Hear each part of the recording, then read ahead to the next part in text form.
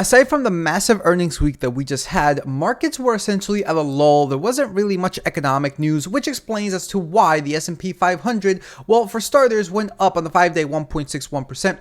On the 1-day, they went up a little bit less than 0.6%. But the biggest news, guys, is the fact that, yes, S&P 500, it is now above 5,000 points. First time ever. In fact, we're just shy of the 52-week high of 5,030 points. So yeah, turns out, the economy is doing great.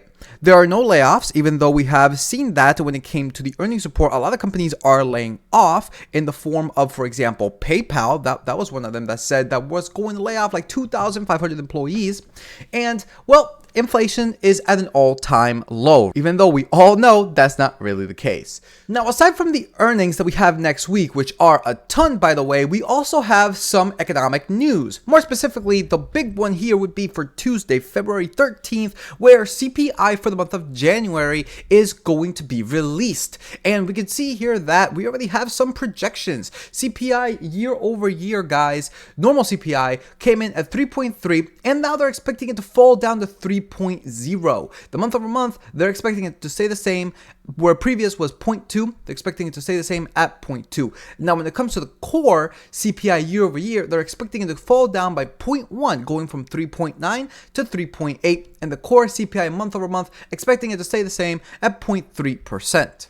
Now, if y'all remember, this past week was an insane week when it came to earnings. On Monday, the big notable ones were Caterpillar, McDonald's, Palantir. Tuesday, we had companies like Eli Lilly, Spotify, which we did cover on the live stream, Chipotle, Ford, BP, Toyota, and so on. On Wednesday, Alibaba, PayPal, Disney, ARM, which, man, this company is completely bonkers right now. Thursday, we had ConocoPhillips, Affirm, Pinterest, Cloudflare, and Hershey. And on Friday, the big notable ones here were Pepsi as well as Enbridge.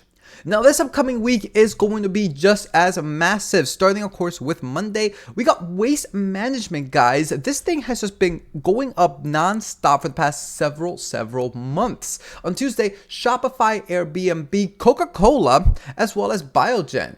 On Wednesday, which, by the way, this does begin our Rumble partnership, and we will be live streaming for 30 days, 2 hours a day, 5 days a week, starting Wednesday. And we're mainly going to cover, of course, economic news as well as earnings. So yeah, if you guys would like to see that, make sure to follow us on Rumble. So on Wednesday, the big notable ones are going to be Barrick, Occidental, Cisco, Sony, Generac, Blackstone. Didn't see that one was actually reporting there, and Energy Transfers. Thursday is a big day for me because, as y'all know, I do have a lot at stake when it comes to Crocs, and they did report that they were going to have very good earnings a few weeks ago, shooting up the stock price massively. Come down a little bit, but we'll see what happens when they actually do release, and let's see if they actually just skyrocket. So Crocs, this is a major one for me on Thursday. They're reporting pre-market. We also have Coinbase, DraftKings, Roku, Yeti, and even Wendy's. And lastly, Friday really isn't much of anything. I would just say something along the lines of like PPL as well as Air Canada.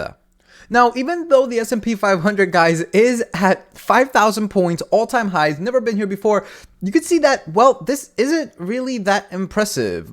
I thought there was going to be a lot more green than this. Turns out that this is being brought up mainly by the tech sector. Look at this. We got over here the worst performer being none other than the company FLT, losing 7.62%. And the best performer, well, it is the company Monolithic Power Systems, gaining an astounding 18.31%. The communication sector is actually decently red. Only a few ones gained a massive amount. And, well, we can see here that the worst performer, it is the company Paramount Global, losing 10.6. But, guys, everything else lost too by a pretty decent margin too. IPG almost 7, OMC almost 6, Fox Corporation 6.38, Warner Bros. Discovery 6, Take-Two Interactive 7.25. So yeah, there was a lot of red when it came to the sector, mainly also in the telecom services. Most of these companies lost. Worst one in this industry was actually Charlie Communications, losing 8.79%. All in all, though, the best performer was Disney, gaining almost 11.6%. The consumer defensives is also massively in the red. Actually, there's only a few ones that are in the green.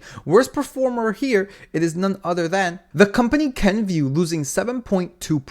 And the best performer, it is, well, Estée Lauder, gaining 6.87%. The healthcare sector is by far the biggest mix that we have seen so far. Worst performer, guys, by the look of it, it is none other than the company Moderna, losing 10.35%. But following really closely, we got Amgen losing 9.92%. They also had earnings, which honestly I should have really covered, but didn't really have the chance to do so. Best performer, on the other hand, it is none other than the company Eli Lilly, gaining 10.86%. Looking into the financials, we have a massive scandal when it comes to the sector with the bank NYCB. I know that this is not in this industry, at least I'm fairly certain that it's not. Yeah, it is not.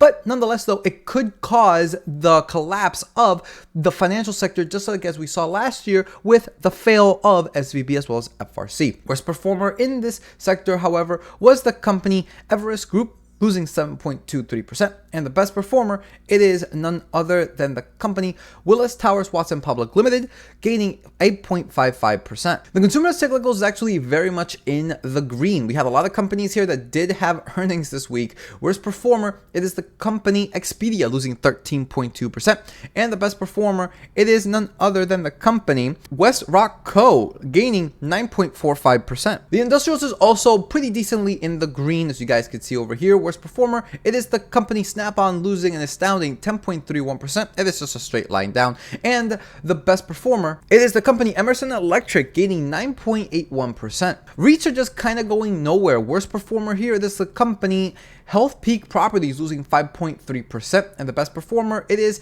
Simon Property Group. By the way, they own malls. Who thought that this would actually continue to go up when a lot of people were saying that malls were about to go extinct a few years ago? This one gained a little bit more than 6.5%. And look at this, guys. The utility sector is deeply in the red. Wow, 2+% pretty much across all of them. Worst performer, it is the company Duke Energy, losing 4.71%. And the best performer, it is the company Constellation Energy Corporation, gaining 1.9%. The energy sector is also a little bit mixed. Yes, most of them gained, but nothing really too big here. Worst performer, it is Schlumberger Ltd, losing almost 4%. And the best performer, Valero, gaining 3.78%. And lastly, when it comes into the basic materials, obviously the biggest loser here, it is APD. They released their earnings and they completely got nuked, losing 14.85% on the week. And the best performer, it is the company DuPont de Nemours, gaining 8.53%. So, as y'all can see, we had a very low week, and even still, the market did reach 5,000 points for the first time. It honestly does not look that way just by looking at the heat map.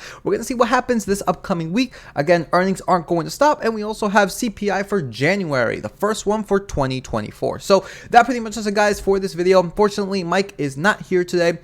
He is on vacation. So, yeah, that's what you're going to get for today's updates. So, with that said, guys, make sure to like, subscribe, comment. It really does help here with the algorithm on YouTube as well as Rumble. And with that said, peace out, and we'll see you all next time.